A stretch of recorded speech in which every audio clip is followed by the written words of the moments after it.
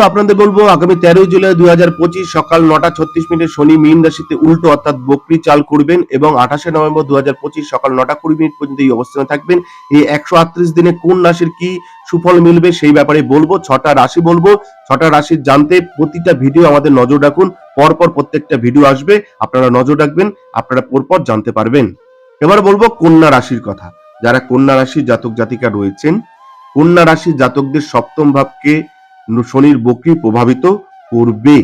এই ভাব সম্পর্ক, বিবাহ এবং ব্যবসায়িক অংশীদারিত্বের। এই সময় আপনার দাম্পত্য জীবনে প্রেম এবং বোঝাপড়া বাড়বে। যদি আপনি অবিবাহিত হন তাহলে বিবাহের প্রস্তাব আসতে পারে। ব্যবসার অংশীদারিত্ব থেকে লাভ হবে এবং পুরনো ক্লায়েন্টদের সাথে চুক্তি চূড়ান্ত হতে পারে। বকরি শনি আপনার সম্পর্কগুলোকে শক্তিশালী করায় এবং পুরনো ভুল বোঝাবুঝি দূর করার সুযোগ দেবে।